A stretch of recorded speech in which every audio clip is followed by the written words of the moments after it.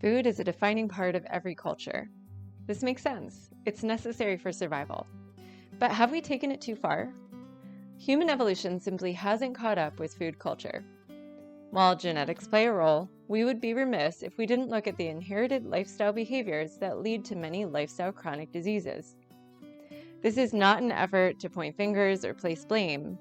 Rather, we are simply exploring cultural implications and underlying generational habits that persist so you can begin to say, the buck stops here.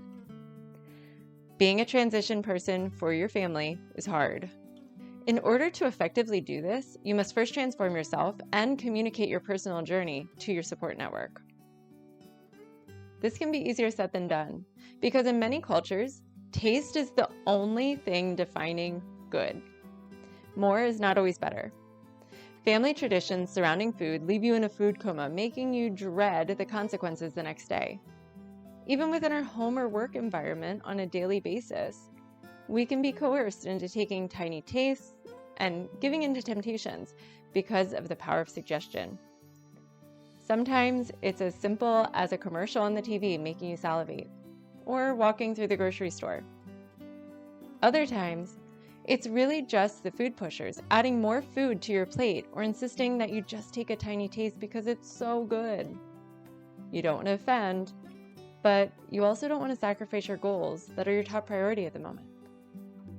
Your loved ones may be well-intentioned and offering to you because they're used to treating you in certain ways based on your previous identity.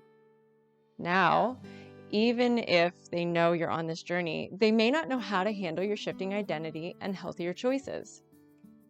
Here are some ways to deal with loved ones who sabotage your lifestyle change efforts. Explain why you're making the changes. Talk about how important it is for you to get and stay healthy. Next, ask for help.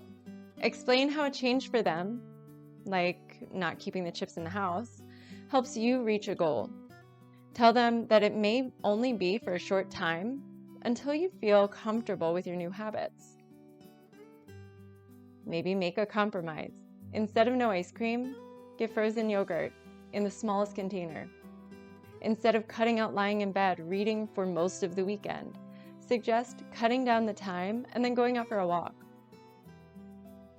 Remember, try not to get defensive. People sometimes let emotions do the talking. Ask for specifics and try to have a real conversation. Don't feel guilty about taking care of yourself. If you need to avoid people who are not supportive for a while, that's okay. After a while, you will have the skills to handle them. Relax. After a while, people will start to feel like the new you is yesterday's news.